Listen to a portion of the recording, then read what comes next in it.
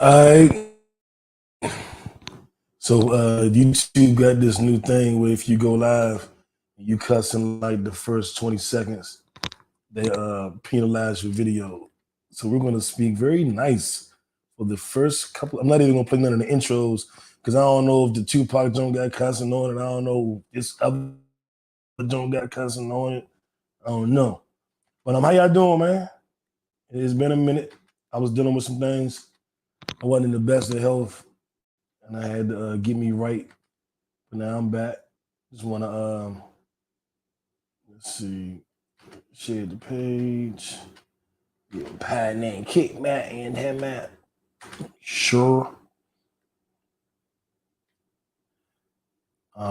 This will be a show that I might invite some of y'all on stage with me. I ain't decided yet, but we as you can see, it's me. We're gonna be lit anyway. Just want to put this in the group real quick, and we can go ahead and get started with the intros and outros. That's the erase all the cussing, all the YouTube new rules about we can't curse in the first 15 seconds. I think we did it, y'all. I think we did it. Partner and Kickback. I'm not saying I'm going to rule the world or I'm going to change the world, but I guarantee that I will spark the brain that will change the world, and that's our job.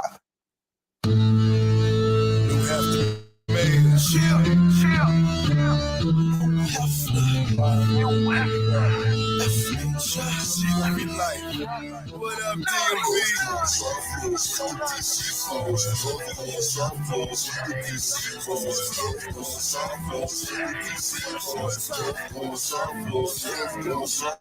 getting money whole time, fucking bitches whole time, rapping DC whole time. We getting money whole time, fucking bitches whole time, rapping DC whole time.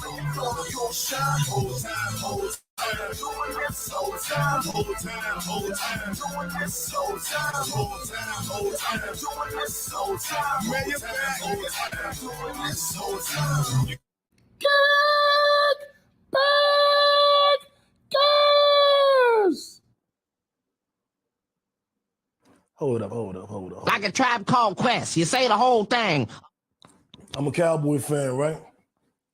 That's why a lot of y'all here, y'all been talking big on the socials, right? The boys, we took an L this weekend, but you know what? I'm gonna stick beside them. They my team. We took a loss, but you know what? I'm gonna stick beside them. Can you hear me now? They my team. They lost. Shit happens. I'm gonna stick beside them.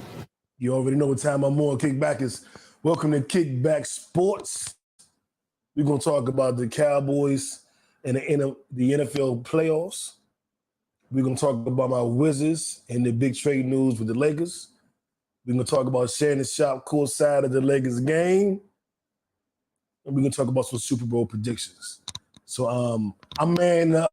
I'm man enough to come out here and deal with all y'all slander, all y'all Cowboy hate, all y'all Salamander fans been posting on my page, tagging me in memes, DMing me. I don't even know, texting me. How y'all even get my number?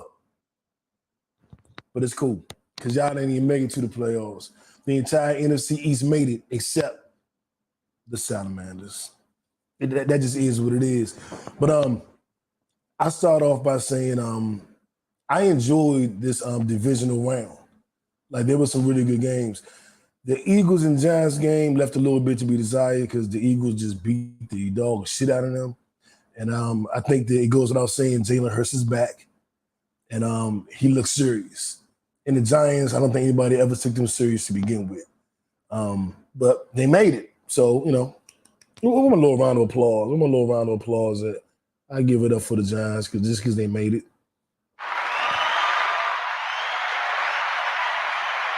Gang, what up, Calvary? What up, Fats? You asked me earlier what was my thoughts on the trade. I'm going to definitely get into that shit tonight. But I do want to mention we had, what else do we have? We had the Kansas City Chiefs going up against the Jacksonville Jaguars. I don't think there was a surprise there.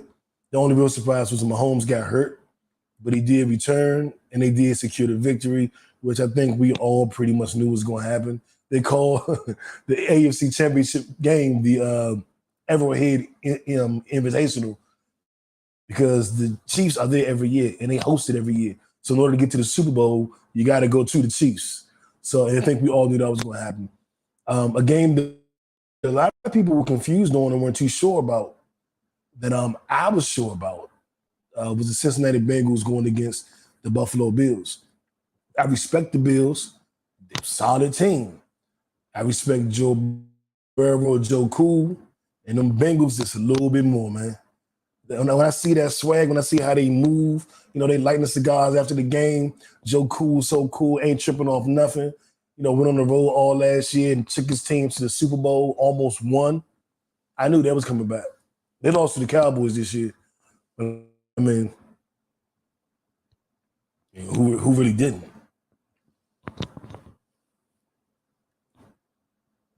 Except the 49ers, because they got not shit.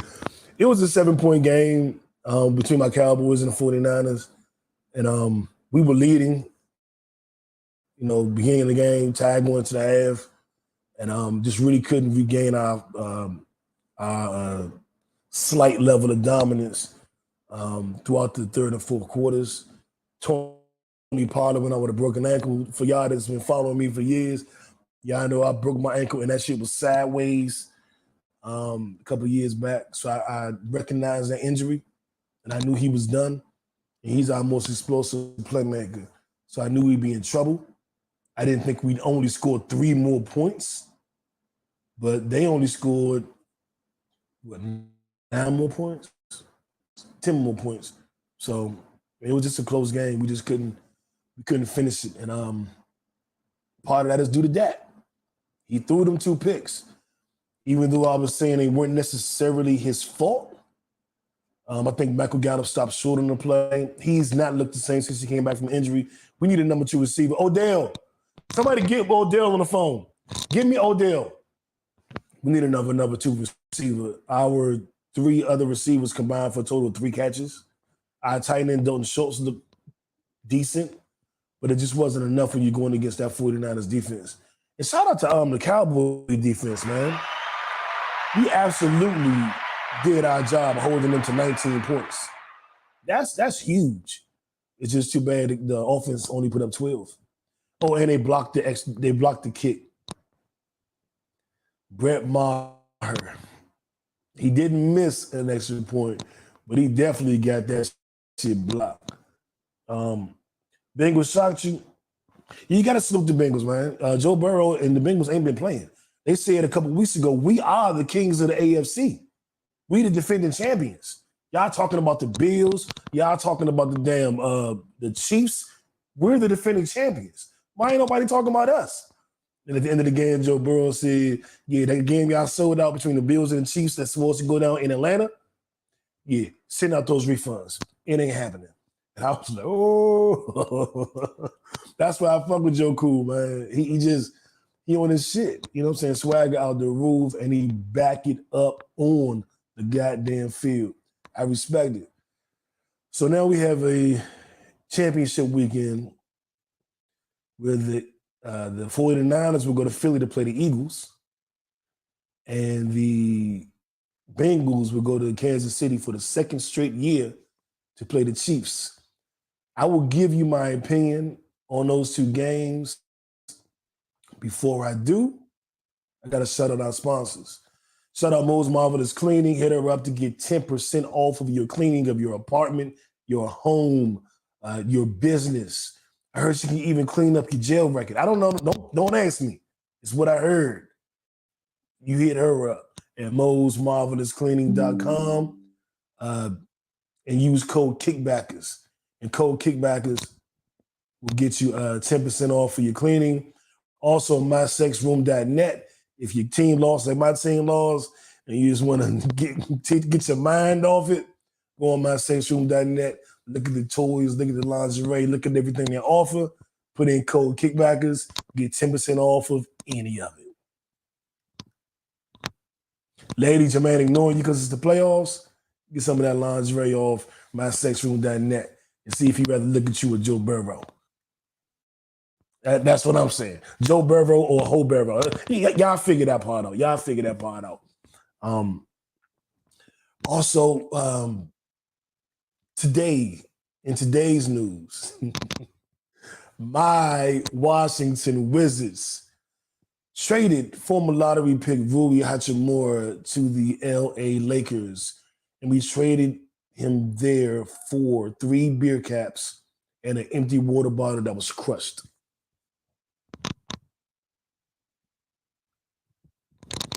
I'm gonna let y'all figure that part out. Rui is one of the top 6 men in the league as far as scoring wise. He's not the best rebounder or defender, but Rui is a bucket. The night before we traded him, he dropped 30 off the bench, our leading scorer in a 20-point win against the Orlando Magic. He has a job. And before I get into my personal feelings, I think he'll do great in LA. Coming off that bench with Russ. The Lakers are starting to turn into when all the Wizards players went to Detroit, and I was calling them the Detroit Wizards because we had Rasheed Wallace, Ben Wallace, Rip Hamilton, all of them went and played with Detroit, and they won a ring. And I was like, those are all our players. And they won a damn ring. We just let them go. That's how the Lakers are starting to look to me. Thomas Bryant is a starter, former Wizard, left this year. Troy Brown, a former Wizard draft pick, lottery pick, left a couple years ago. Russell Westbrook just left the Wizards 2 years ago to go to LA. That's how we got Kyle Kuzma. And now Rui Hachimura is there. So there are 4 Wizards on this Lakers team with LeBron. If they start winning and kicking ass and getting to the playoffs and do something crazy, I'm going to be all in my feelings because they was all on our team. They were all Wizards. They were all our players, and we just let them go to LA. Rui is a really good young player. Some injuries and some other things he did kept him away from the team. And Kyle Kuzma just came in and took his spot. And that made that Rui was a downward bench player. 6 man, if you will. And I thought he flourished in that. He ain't going to pass. Not really going to defend. And he's barely going to rebound at 6'8", 230, even though he's 6'8", 230. But he's a bucket. That mid-range game, that 3-point game, that drive to the basket, Rui is a bucket. That's going to help LeBron out. Because whenever LeBron leaves the game and the bench comes in, they struggle scoring. Now they're going to have one of the top bench scorers in the league in Rui. And they got Russell Westbrook, who comes off the bench, who I believe is the top bench scorer in the league. So that bench of the Lakers just got real strong. So when LeBron got to sit down, he ain't got to worry about everything slowing down. He got a strong bench right there with him. What up, Jay? I see you out here. Yeah, I don't understand the logic of the Wizards management either. I was listening to Matt Moderna today, one of the Wizards podcasters, and he said maybe we needed those 3. Well, let me tell you guys what actually happened. The Wizards traded Rui Hachimura to the Lakers for Kendrick Nunn, a combo guard, point guard that has gotten very little play this year and was injured all of last year. And 3 second-round picks. I'm not a fan of the Wizards getting draft picks because we draft so shitty. It's kind of like, why do we need draft picks? You know what I'm saying? Like I would rather get proven players because our scouting ain't that good. The Matt Moderna said maybe the Wizards thinking is they have a second move lined up and they needed draft picks in order to entice the other team. So we trade Rui, who we weren't going to keep because Rui didn't want to be here anymore. He wanted a contract extension last summer. He didn't get it. He was on his way out the door. So we trade him. We get an also-ran player, actually from the same draft class as Rui. And we get 3 picks. They're all second round, but it's 3 picks. And we like draft capital. And maybe we're going to package a player or 2 with a pick or 2 and then bring in a legit player. I'm waiting to see. I would only hope Tommy Shepard is that smart that he could do something like that. But reports are coming out that there were other teams who were offering more for Rui, and we just went with this deal. So I don't know what to think for real. I'm just kind of, But I don't think we're better. As of right now, we got worse. We got rid of our best bench scorer. So will we do something before the February 8th deadline to make us better? or this is where we at. We destined to be, stuck with the Cowboys. No, where the Cowboys actually make the playoffs and win games. We're probably destined to be where the Commanders are that don't even make the playoffs and don't even win no games. The only team in the NFC East that didn't even make the playoffs. And yeah, I'm talking to you.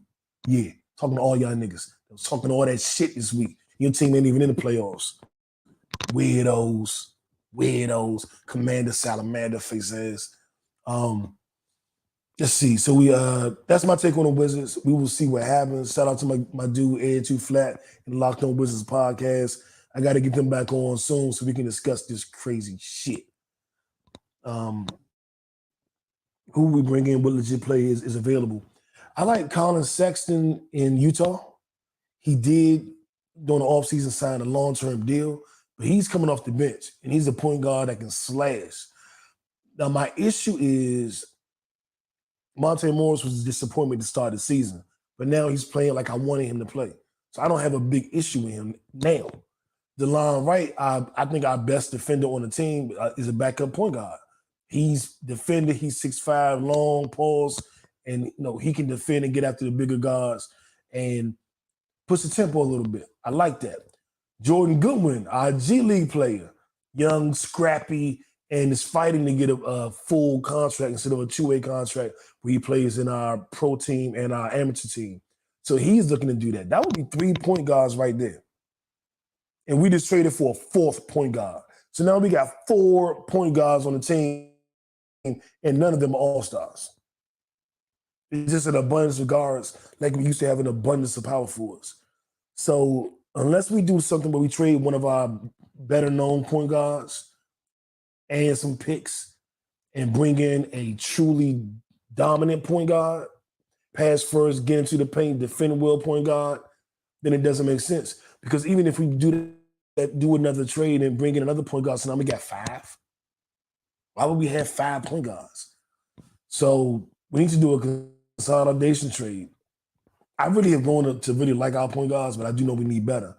So I would think package 2 of the point guards and pick a 2 and try to get a legit borderline all-star point guard, if not an all-star, and see what we can do there. That's what I would say. Somebody can really push the pace and get Gafford lobs at the bucket. Get KP some easier shots. Find Bill in motion we can pull up for his 3. You know what I'm saying? Kuz gonna do what Kuz do, but even give Kuz a better opportunity to score and to make moves. So I would welcome that, even though our point guards are playing better now. It's kind of like when they was playing like shit, I was like, trade them. Now they're playing a little better. I'm like, But we still have to make a move, because if you lose your best bench scorer, and without him, we got we were the 29th, 27th best scoring bench offense without him when he was injured. With him, we were number 12 in the league. So if we go back to a situation where our bench is at the bottom level of scoring, then we're gonna look crazy. I've been thinking about coming out of retirement and playing for the Wizards. And of course, me being 5'10", I would be a point guard. But I wouldn't have time to do the podcast. So it can't be me. So I don't know what we really going to have to do about that, man. We have to figure something out. I wouldn't mind another big man. With us starting Gafford at the 5, KP at the 4, Kuz at the 3, we're missing a sizable big man that can take a pounding, pause, but that can really bang in the middle. Because all my big men are tall and skinny. So the other big men come in and just be roughing us off and shit. So we need a big man with some girth to him that can stand in the paint and body somebody, especially in the East with Giannis, Joel Embiid, old buddy in Boston, Robert Williams. So yeah, we do need some sizable players. Not just tall. KP 7'3". We got height. We don't have the width to withstand some of the pounding these dudes be trying to do on us. Even though we've been winning as of late, it hasn't really factored in. But I think if you're gonna make a playoff push, play-in push, we got to get some dudes with some size on them. So I wouldn't mind seeing that. That's my Wizards take. That's my Cowboys take. We still got to do the NFC Championship game. But before we do that, I want to know, did y'all see Shannon Sharpe at the Lakers game? About to get into a rumble with the Grizzlies? I was watching that shit like, you got to be fucking kidding me, Shannon. You way too goddamn old to be out there trying to fight the players. But I understand people start talking shit. You talking shit about the game. He says that he told Dennis Brooks, you too small, you can't guard LeBron. And Dennis Brooks said that he said back, he ain't scoring me. But Shannon Sharpe said what he heard was, fuck you. And Shannon Sharpe was like, oh, well, fuck you too, nigga. Like, the fuck? And he said it was going back and forth. And Shannon was just like, come say it to me. Come say it to my face, which I think is a little much. But I do understand the F you and the suck my dick, and it's certain shit you can't say to certain niggas. But I thought it was funny because the whole Grizzlies team came over. Even big ass Steven Adams came over.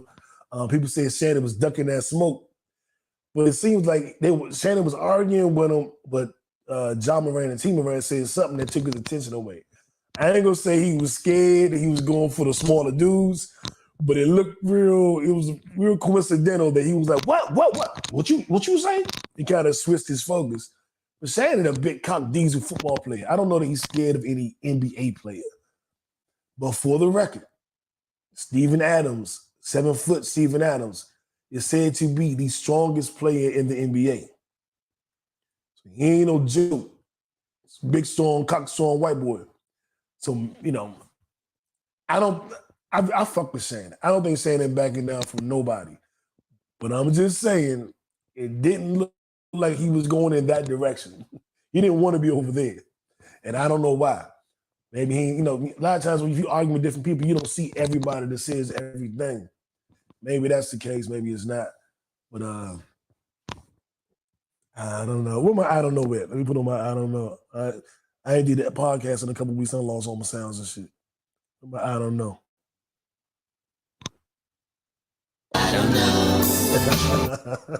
I don't know. But I fuck with Shannon. I don't think Shannon no sucker, so I don't see him ducking no wreck. What y'all think? And Shannon can scrap. Shannon said, ain't none of them want none of this smoke. They ain't want none of it. He said, Dylan Brooks ain't want it. John Moran ain't want it. The father ain't want it. Ain't nobody want it.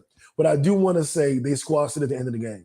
Especially Shannon Sharpe and John Morant, T. Morant, John Morant's father, that looks like Usher. They squashed it, they dapped it up, they hugged, they apologized, and it's peace there.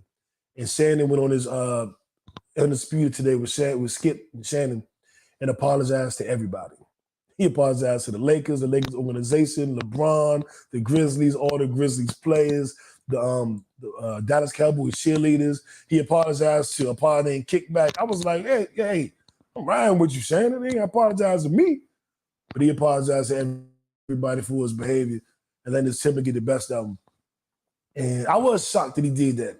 But Undisputed I think it's Skip fucking with Shannon. Every day Shannon go in there and Skip say some little slick shit about you not against Tom Brady, you can't do this, you can't do that. That should be building up in Shannon. Be building up. And then he go to the game and be like, what? What you say? And be ready to go. Because he can't fight Skip over that. I think this is all Skip Baylor's fault. Pissing Shannon off 5 days a week. And Shannon just at the game, I can't take it no more. I was surprised seeing this. I got a skill. Like that. I don't know. Well, that's what I got. That's what I got you, I ain't gonna lie. Shout out to Shannon Sharpe, man. But that shit was crazy. And so you guys know, of course, with the podcast, I told you guys last year that things were changing. We've lived up to those changes. We do episodes like this, Kickback Sports, where we don't do the biggest stories of the week per se, but we do the biggest sports stories. And then a traditional podcast, y'all know we do all of the biggest stories of the week, pop culture, music, politics, sports, sex, talk about it all. And then I have my kickback conversations, which are one-on-one and more about ideas than topics. Let's talk about Black empowerment. Let's talk about economic freedom. Let's talk about clitoral orgasm, like whatever the fuck. And then we got Kickback After Dark, just some freaky shit. You know what I'm saying? And this week, the episode you got was Kickback Sports. Now I had a medical situation a few weeks ago So I didn't do an episode. I haven't done an episode since the top of the year. I think the episode was Happy New Year. So yeah, but I'm good, man, which y'all can see. You know what I'm saying? I feel all right. And I plan on bringing you more episodes and have a couple new hosts that I'm going to introduce over the next week or two. That'll be starting in February. Couple young ladies that I think you guys are really going to like. You've seen them on the podcast before. One of them multiple times. And of course, J. Lou will be here. You know, man, J. Lou always going to be here. Shout out J. Lou, what it do. But some of the ladies I'm bringing on just to make sure we always keep the feminine energy here. I don't ever want this podcast to be solely about how men think, solely about what men talk about, solely about the male perspective. I always want the sisters here to share their perspective, to ask questions, or to check me if that's the situation. You know what I'm saying? I want that energy here so that it's a place that we can all communicate freely without much judgment, but to come to an understanding as opposed to just talking at each other. Yeah, I know I despise the gender wars. I'm gonna talk about these passport boys and how they got all the ladies panties in a bunch. And I don't want that to be a gender war because every time I see something happen that men do or women do, it becomes a reason to divide us and have us at each other's neck on Facebook or Twitter. Oh, men ain't shit. Oh, women ain't shit. Y'all did this. Y'all did this. Whenever I see these situations, I don't start throwing blame. I just seek to understand. And once I get a proper understanding, then I can speak on it. But I see a lot of times y'all just, just be going at each other. And it drives me crazy for real. I'm like, y'all do black men and black women even love each other anymore? Like, God damn. But I'm not getting into that today. We'll do that on a later episode. But I do want to thank y'all for the big push this year. Because I only did one episode this year, and the numbers are through the roof. We've been on the charts in the US and Mexico, all over the goddamn planet. And that's because of y'all going back listening to older episodes, showing love to the pod. I appreciate you. Love you for it. And I'm going to try my best to keep giving you consistent content, even if I'm not feeling well. I still want to make sure I give you the content that obviously you've grown to enjoy and miss when it's not aired. So I'm going to do my best to make sure I keep bringing that to you. Like I said, this is Kickback Sports. It's probably people watching on YouTube Live or Facebook Live or watching a couple of days later or listening on any of your favorite podcast sites. Going, did this nigga do a whole episode on fucking sports? Where's the sex? Where's the pop culture? Where's the news? It's coming. It's coming. So, some weeks you can get sports. Some weeks you can get the biggest stories of the week. Some weeks you can get a really intentional conversation about ideals, pushing the thought process forward, pushing our people forward. And some weeks we can talk about fucking. That's my promise to you. I'm gonna make sure that we bring something new every week, that it doesn't get boring, and that it challenges every part of you, mentally, spiritually, physically, emotionally, and financially. You might get I'm gonna get some me on here. Well, we're gonna talk about some wealth building. I promise you that. I'm gonna get Eric Clay on here when we're gonna talk about wealth building. I promise you that. We're gonna have our fun and talk about gunner snitching. We're gonna talk about Carisha liking to get the golden shower. We're gonna talk about that. You know what I'm saying? We're gonna talk about these motherfuckers are mad at Aretha Franklin's song Natural Woman because they think it's disrespectful to transgender women.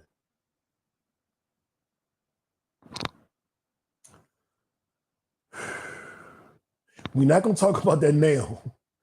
But when I get back, our next episode, we will talk about all that shit. Because all of that shit needs to be talked about. We're gonna talk about the riots that happened here in Atlanta that nobody's covering, where protesters, were destroying the police foundation building and setting police cars on fire. The unfortunate situation where the mass murderer went into the ballroom and killed 10 people. These are things that I want to talk about that we will talk about, even if mainstream media is not talking about it. We're just not going to talk about it tonight. But I'm No Breaks New. I hope you had a great start to your year. This is a pod named Kickback. And if you're looking for a sign to get up a little earlier tomorrow, to join the gym tomorrow, to do 5 minutes of meditation tomorrow, to call somebody in your family you ain't talked to, say I love you tomorrow, this your sign. Or to do it today. This your sign. You're looking for an opportunity to put up a boundary and tell your friend, you got to relax. I don't want to hear that shit. Or I don't like the way you're moving. Or don't speak to me that way. Or I can't value this friendship anymore because of your decisions. You need to put that boundary up and you're not sure. This is your sign. Do it. It's your year. It's our Jordan year, 2023. I'm No Breaks New. This is a pod named Kickback. I appreciate you guys tuning in and kicking it with me tonight. You know what I'm saying? Uno. We out. No breaks.